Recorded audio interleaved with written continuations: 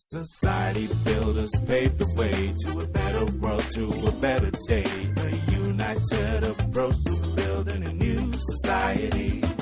Join a conversation for social transformation. Society builders. Ooh. Society Builders with your host, Dwayne Veron.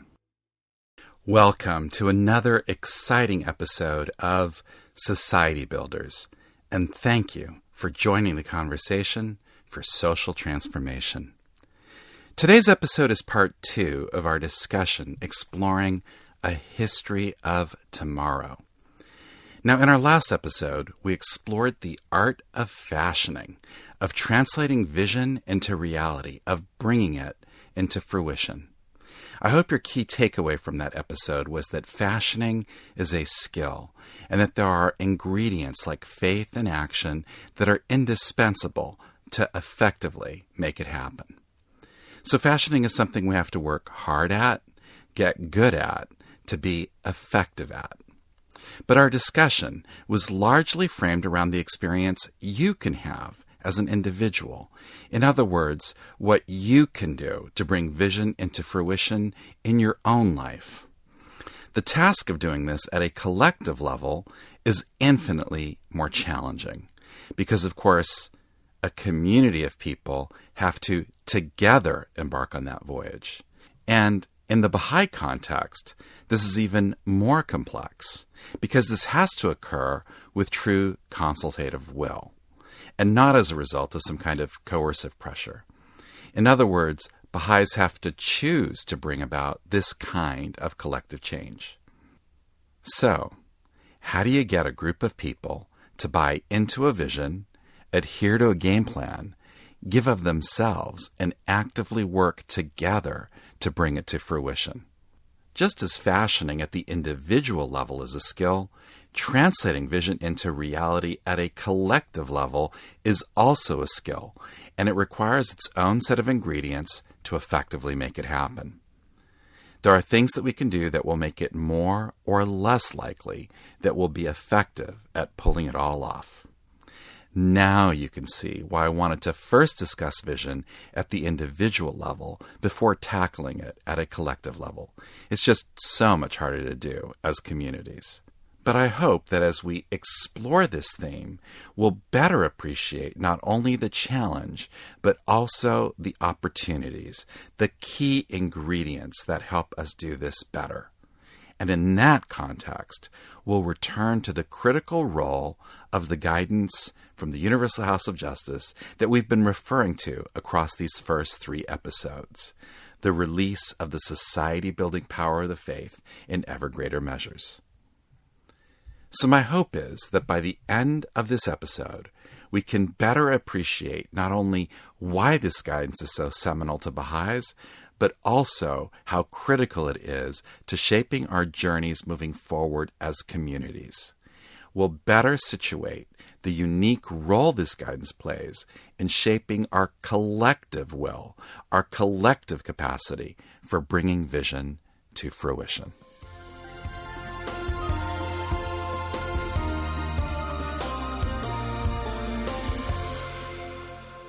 I'd like to start this episode with a metaphor of sorts. Most religious traditions have this dream awaiting the arrival of the kingdom of heaven on earth. And Baha'is share this dream. But as Baha'is, it's more like we were all standing on the beach when we saw a big jet flying across the sky.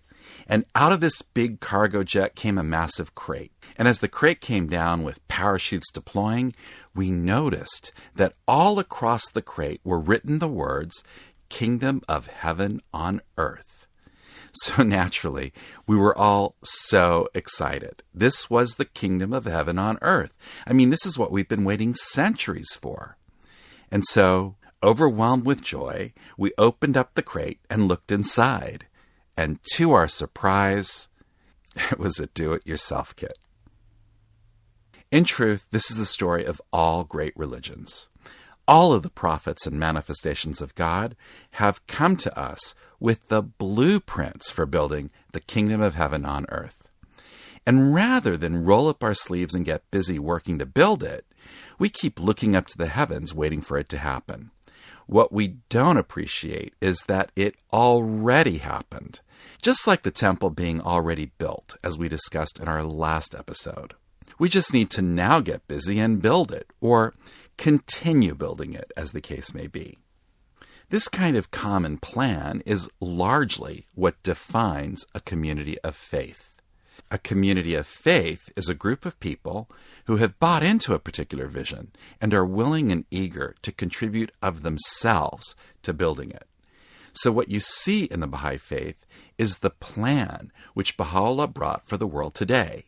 And you have to decide for yourself if it's divine in origin and whether you want to be a part of building it and making it happen. Now, you can build beautiful things without building to a plan, but what is truly remarkable about the plan of a community is that you continue building to that plan, generation after generation, and not just in one community, but globally. So you know that your contributions don't exist in isolation. You're a part of something bigger than yourself. You transcend yourself. So there's no doubt that as an individual, on your own, without a community, you can still have the ability, potential, and capacity to do great, great things. But however great those contributions will be, it's different to the kind of contribution you can make as part of a community. As part of a community, you are contributing to a plan that will live beyond you, a plan greater than yourself. So this contribution to community is special and unique and leaves a lasting impact. Now, I'm not saying that you shouldn't make contributions as an individual.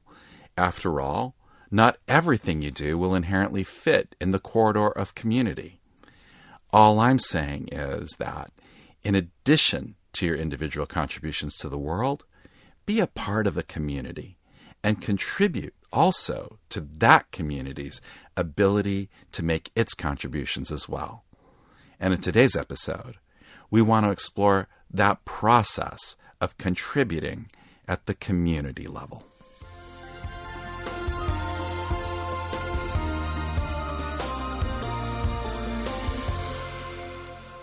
As a general rule, there are two approaches to mustering collective support around a vision.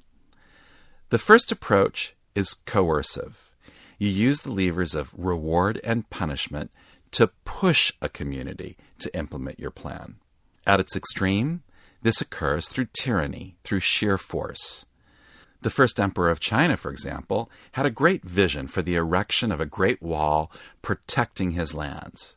But he implemented that vision by forcing people, really against their will, into building it. The outcome was amazing, but there was a massive amount of suffering that people endured to bring that dream into fruition. And there's no shortage of examples like this throughout history. I mean, Hitler, Stalin, the list is long and endless. Now, coercion doesn't have to be this extreme. Even our work environment has some level of coercion associated with implementing our corporate plans. You get rewarded financially if you deliver, punished, or even possibly fired if you don't. One way or another, we impose rewards and punishment to deliver on our vision. So most vision is brought to fruition using these kinds of methods, built through pushing people using the levers of reward and punishment. Now, the other approach to collective implementation happens purely through collective free will. There is no coercion. Collectively, we choose to be part of a plan. It happens through free agency. Rather than push a community to action, a vision pulls us, compels us to action. Naturally, collective action resulting from free choice is much harder to achieve.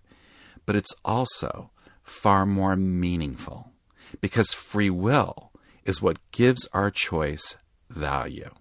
You know, if Baha'u'llah wanted to, he could make the whole world believe. But what would the value be in that? The whole point of our relationship with our Creator is that we are endowed with free will. And that means that we get to decide for ourselves whether we believe or not. And whether when faced with a moral dilemma, we do the right thing. We can choose to do what's right or not. The choice is entirely ours.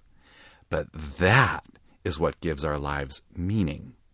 It's what gives our choices value. And in a similar way, at a collective level, there is meaning, there is value to a community choosing its own destiny. And that's the approach that is characterized by the Baha'i Plans. It's a central theme to the new world we're working to build, a world built on consultative will. So at a high level then, let's accept that we want to adopt this approach centered on free agency, on a community deciding its own fate. But how does that get operationalized? So here we need to explore the relationship between three key constituents in this drama: the individual, the community, and a system of administration to help translate vision into action. Each of these central actors play a critical role in bringing vision to fruition. At the end of the day, all power resides with the individual, particularly where the approach is voluntary in nature. It's the individual who decides what energy, if any, they choose to bring to the party. The system of administration faces the challenge of helping effectively stimulate and channel the energy of its individual members. And we're going to dedicate an episode, or probably a few episodes actually, to better understanding the challenges for such administration. But in this episode, I'd like to focus on the community as an organic and holistic entity and the role it plays in this collective art of fashioning. It's critical here that we distinguish and differentiate a community from its individual members. A community is not the totality of its individual members. It's an organic entity that is defined by more than the sum of its members. It goes beyond its membership. I mean, you can have a community with individuals who have incredible capacity as individuals, but collectively, as a group, they might have incredibly limited capacity. For example, this is the classic story of the academic department in a university, made up of incredibly bright and capable people. I mean, by definition, these are incredibly smart people. There's just so much capacity, but put them together in a room, and it's impossible to predict what their collective capacity will be. All too often, it's tragic to see how limited that collective capacity really is. Now, I'm not talking about every academic department. Naturally, there are great departments and dysfunctional ones, but it always amazes me when things don't click that you can have so many brilliant and clearly capable people, but who, when you bring them together, struggle to get even the simplest task done. Their departmental politics constrains them rather than empowering them. And so even though they have this immense capacity as individuals, collectively their capacity is hampered. And I've seen the opposite, like that college club I talked about in our first episode. I mean, we were a group of somewhat average college students, but collectively we discovered a potential so much greater than the sum of our parts, awakening and cultivating skills and talents we never even knew we had. So there's something to be said for a community's culture. You can have a culture that somehow stifles, or one that empowers. I mean, the most effective communities are those whose culture is synergistic, elevating you to greater and greater heights, reflecting a capacity greater than the sum of its parts, elevating the atmosphere in which they move. This cultivates a symbiotic relationship between the individual and their community, each feeding and nurturing the other. This is why I say Don't think of your community as a collection of individuals. There is more to it than that. And your collective capacity is a function, in part, of the culture you cultivate within your community. And building a strong community is not just about recruiting capable members or having good ideas or even great activities. It's also about being aware of and actively contributing to your community culture. In truth, it is culture rather than activity that will probably account for your greatest success or failures as communities.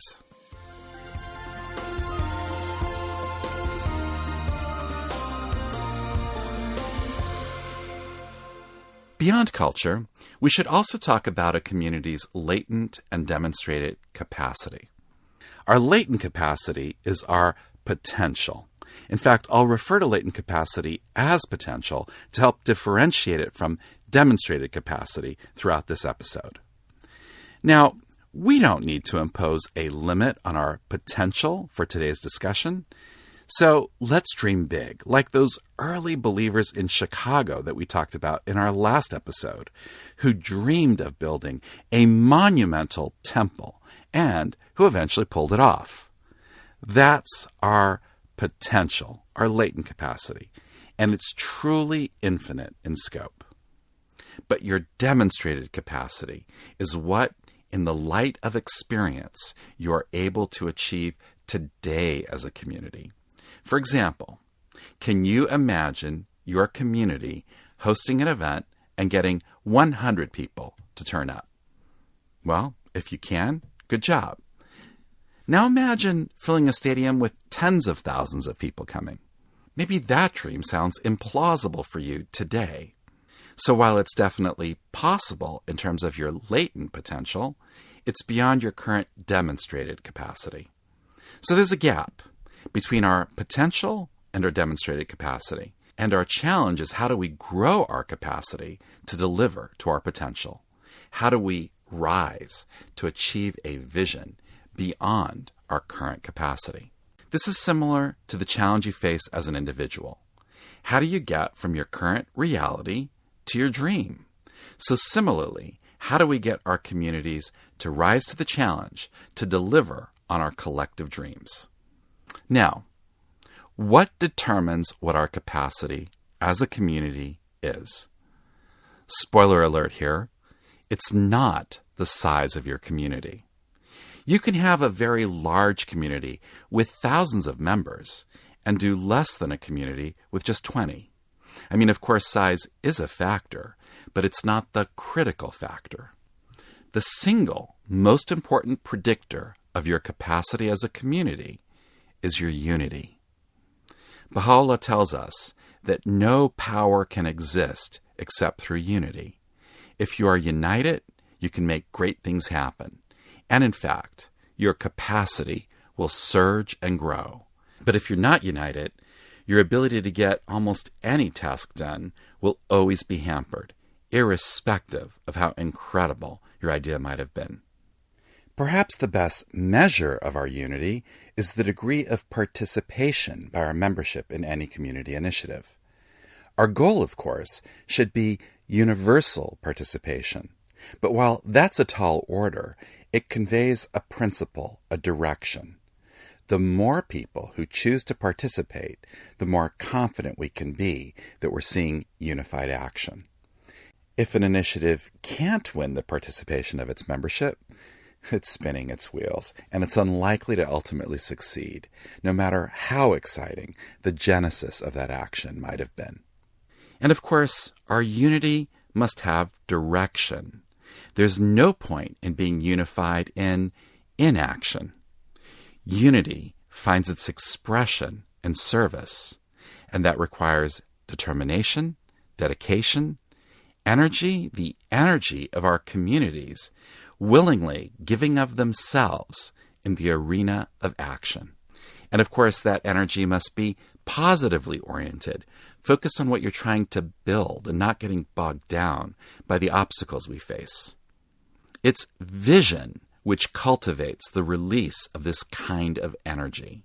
People willingly give of themselves when they see a cause or a goal that they are eager to help bring into reality. So our capacity as a community is defined by the action we can positively mobilize while maintaining our unity. You could almost state this as an equation. A community's capacity, or we'll call that C, equals our action, A, times our unity, U. To make this all sound more scientific, we'll even double the emphasis on unity so that we end up with a really cool equation like C equals AU squared. We'll think of this as Einstein's law of community capacity. So I can't emphasize enough that our unity is critical to our action.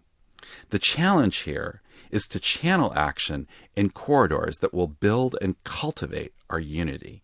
This becomes synergistic. That kind of unified action multiplies.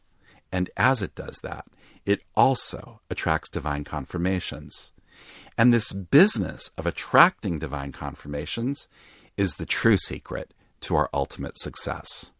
To help illustrate what I mean here, I'd like to share a dream I had many years ago. In my dream, I was sitting with someone in a big 747 jumbo jet. Now that starts to date my story, but that's okay. I was in a big 747 jet and I was training them on how to fly this plane. We were in Houston where I was living at the time and we were going to fly to Chicago. I'm guessing Chicago makes a guest appearance in my dream since, after all, it is the site of that monumental temple we discussed in our last episode. So anyway, in my dream, I was training this person how to fly this plane. And next thing you know, we're speeding down the runway at high speed, having pushed the throttle to the max. Okay, all good. Things are going along really well. We're racing down the runway. So I say, okay, now pull back on the steering wheel so we can get airborne. But my trainee refuses to pull back on the stick. He prefers the certainty of the ground he understands. So next thing you know, we're zooming down the highway at high speed with cars all around us, swerving and weaving through the traffic trying to avoid cars. And I'm scared to death. It's just so dangerous. So I turn to the trainee and I say, "What are you doing? Pull back on the stick." And he replies, "Why? We'll get there this way too." Now that's the experience of so many of our communities. We're designed to fly, to transcend the earthly realm. But rather than pull back on our sticks and fly, we prefer the certainty of the world we know. And so we're cruising down the freeway in our jumbo 747 jets. Never forget, our capacity to soar depends on our capacity to align ourselves with the power of the conquerors on high. And there are things we can do that either attract or repel these divine confirmations. And unity is critical to this business of aligning ourselves to attracting such power. So we need to look at our communities with an inner eye, being aware of the need to attract divine confirmations, so that we are together working to channel this divine reality. Now, there are many other things that we could do to contribute to better community culture, and realistically, we don't have time to discuss them all today. We'll be exploring these themes much more in future episodes. But my point here was simply to illustrate that a community's culture matters, and that there are things that we can do to contribute positively or negatively to that culture. And this is critical because it's that culture which will play a critical role in defining our community capacity and our ability to collectively bring vision to fruition.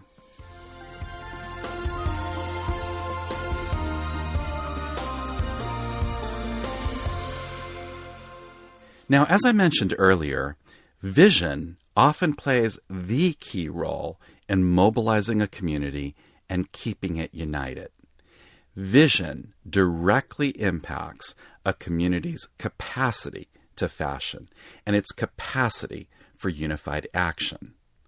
As the Old Testament tells us, where there is no vision, the people perish. Vision unites us, motivates us to give of ourselves, provides us with guidance and direction, channeling our initiative so that we're more likely to be successful, which in turn further motivates and cultivates us. I mean, vision is key. It's the catalyst that unites and generates energy channeled in action. And vision is all about our capacity, collectively, to see the end in the beginning. This is one of the themes Baha'u'llah explains in The Seven Valleys, a book where he explores the journey of the soul. And one of these valleys is the valley of knowledge, part of which is about learning to see the end in the beginning. Here, Baha'u'llah tells us the story of Majnun searching for his lover, Layli. And he's going crazy because he can't find his Layli no matter how hard he searches. But then a night watchman sees him searching in the night and gives chase. And in his fear, Majnun runs away from the watchman, cursing the watchman. And suddenly, as the watchman closes in on him, to escape him, he musters a capacity he didn't know he had to leap over an incredibly tall wall. And on the other side of that wall, he finds his Layli, searching for a ring she lost in the garden. And so the lovers are reunited. And at that moment, suddenly Majnun realizes that far from cursing the night watchman, he should have been giving him praise and thanking him. For were it not for the chase, he would have never found his Layli. It's a poetic story. But the moral of the story is that in life, we often can't see how events work to take us to a greater destiny. We need to trust our journey and see the end in the beginning. Seeing the end in the beginning is a powerful thing. It gives us strength to transcend every crisis because we know a brighter future awaits us. We understand. By remaining focused on the end, we don't get distracted by the present. Incidentally, this idea of seeing the end in the beginning can help us in so many ways in our personal life as well. For example, one of the ways that my dad translated this principle for me was helping me when I was faced with life's challenges. He'd say, "Dwayne, anytime you're faced with a problem, ask yourself, a year from now, will it matter? If it does, then fight. But if not, let go. It doesn't matter." And I have to say, for the vast majority of problems we encounter, we know that a year from now, it really won't matter. So we can let go and not get stressed out and save our energy for the real problems, the ones that will matter a year from now, the ones that really do matter. So my dad's guidance is about pausing, taking a deep breath, and rising above our circumstances to see how it all fits in with the bigger picture. Take a peek at the ends and ask whether it really matters. I want you to try this. You'll be amazed at how it will help you rise above life's challenges. So, this is all about learning to see the end in the beginning. And collectively, this means we focus on our destiny, rise above our current circumstances, our limited capacity, and look beyond the hill to actualizing our potential. And here, the guidance from the Universal House of Justice is unique. It's unique because as Baha'is, we believe the guidance to be divine in origin. I mean, you don't get better clarity than that. It plays an entirely unique role in both unifying and channeling our action. At a collective level, because we believe the guidance is divine, because we yearn to translate it in the arena of action, we choose to give of ourselves in a unified framework, bringing the vision to fruition. So the vision plays a key role in giving us direction for unified action. And that's really the whole point of this episode. The vision articulated by the Universal House of Justice, that we release the society-building power of the faith in ever greater measures, that vision plays a unique and powerful role in focusing and channeling our service, clearly defining a path for unified action. We know our destination. We understand the journey. We are confident in our future. We can write the history of tomorrow today.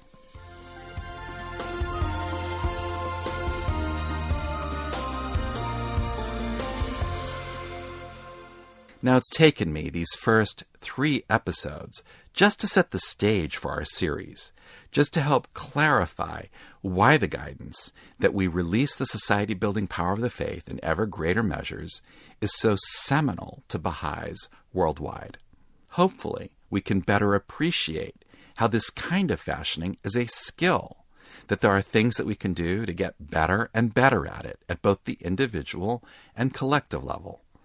And hopefully, we can understand why the guidance from the Universal House of Justice is so life-transforming. It's life-transforming because it defines our focus, a unifying focus for us as individuals and communities. It defines our focus for what for many of us will be the rest of our lives. And at a collective level, that guidance is the key to channeling our service in a path of unified action. Wow. So it's taken us 3 episodes to explore just a single sentence in the guidance from the Universal House of Justice, our focus on releasing the society-building power of the faith in ever greater measures. Now that we know our destination, we can start to explore our journey. And so, our conversation continues.